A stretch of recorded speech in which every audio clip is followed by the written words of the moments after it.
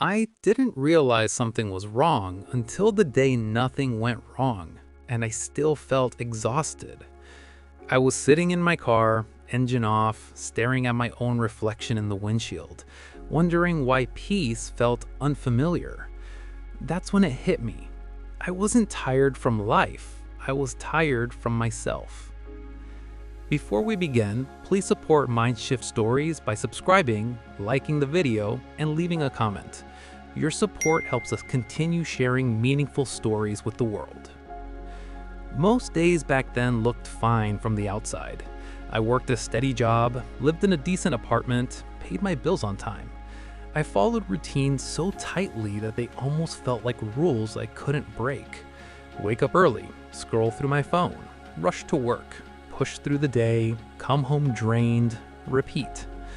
I told myself this was adulthood, that everyone felt this way, that discomfort was just part of being responsible. But there was a quiet tension under everything.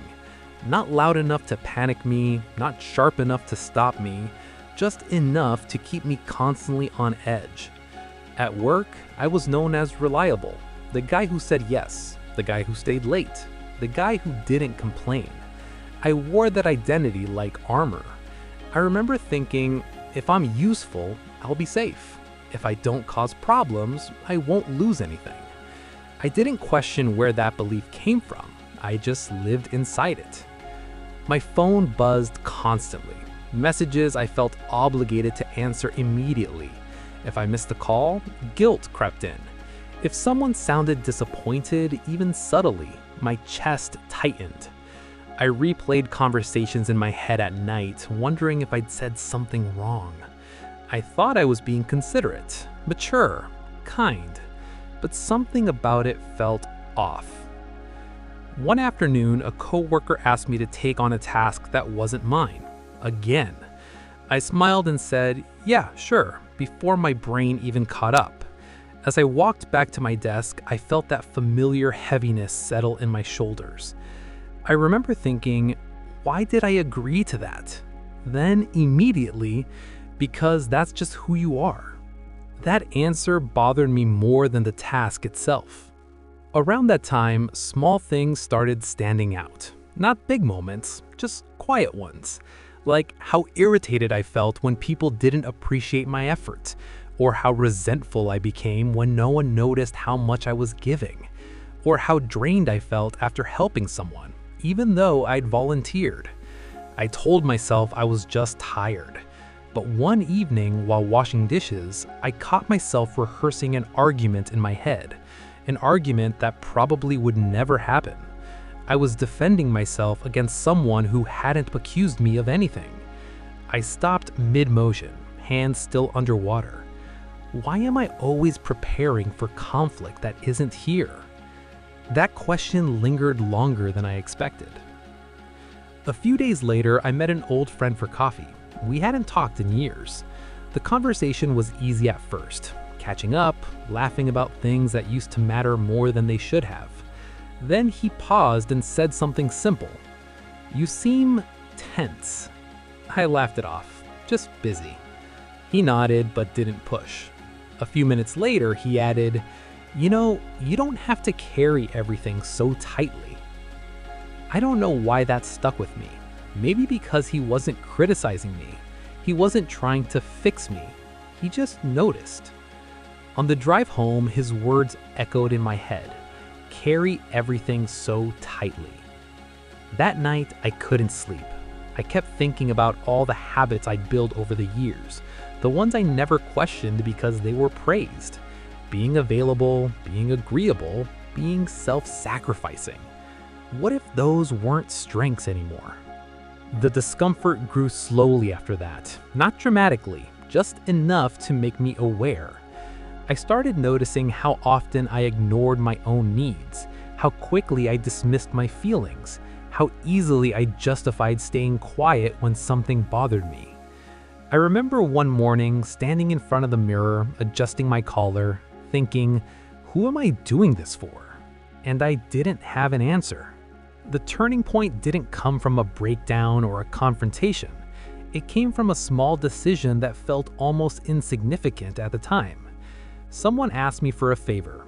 Nothing urgent, nothing serious. And for the first time, I paused. I felt the familiar urge to say yes, rush in. My body knew the script, but I didn't follow it. "I can't," I said, calmly, honestly. There was silence on the other end. Then a simple, "Okay." No anger, no disappointment, no consequences.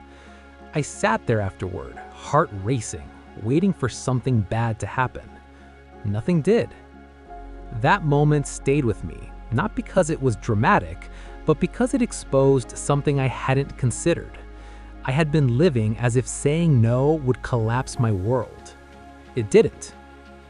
As days passed, I experimented with that pause. I didn't change everything overnight. I just started noticing the space between the request and my response, between the feeling and the reaction. And in that space, uncomfortable truths surfaced. I realized I wasn't always being kind. I was being afraid.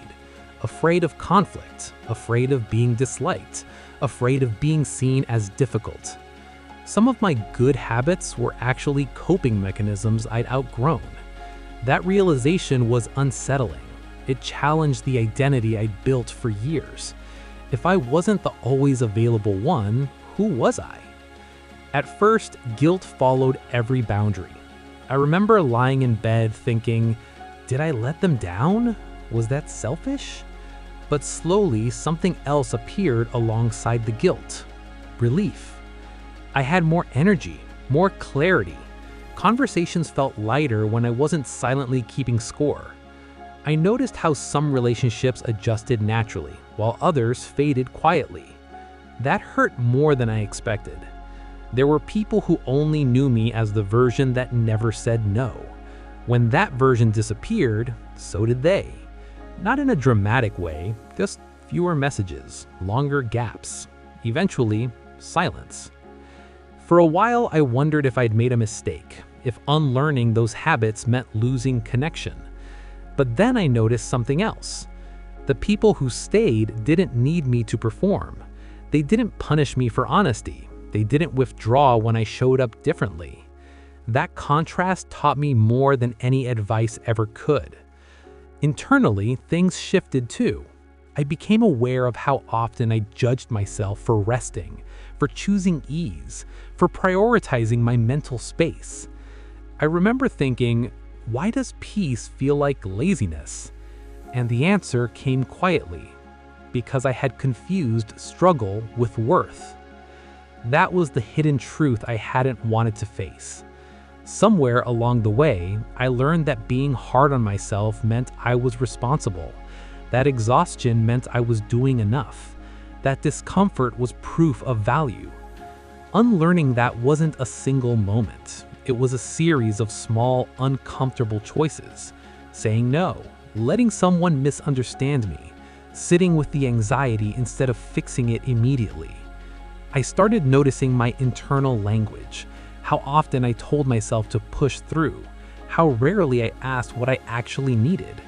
The more I listened, the more I realized how disconnected I'd been from myself. This process didn't make life perfect. I still had bad days, still overcommitted sometimes, still fell into old patterns under stress. But now I noticed, and that awareness changed everything. Instead of asking, how do I keep everyone happy? I began asking, why does this matter to me? Instead of assuming responsibility for other people's emotions, I learned to sit with my own. The biggest surprise wasn't external. It was internal empathy for the version of me that learned those habits in the first place. I wasn't broken, I was adaptive. Those patterns once kept me safe. They just didn't serve me anymore. That understanding softened something inside me. Now, when I feel the urge to overextend, I pause. I check in, not to judge, but to understand. Some days I still catch myself standing at that familiar edge, about to say yes out of habit, and sometimes I still do. But now it's a choice, not a reflex. and that difference matters. Looking back, I don't think toxic habits always announce themselves loudly. Sometimes they hide inside praise, inside routines, inside identities we're proud of. They look like responsibility, like kindness, like strength. Until one day you realize you've been carrying more than your share and calling it normal. So I'll leave you with this thought, the one that still stays with me. If you stop doing what drains you today, who would you become tomorrow?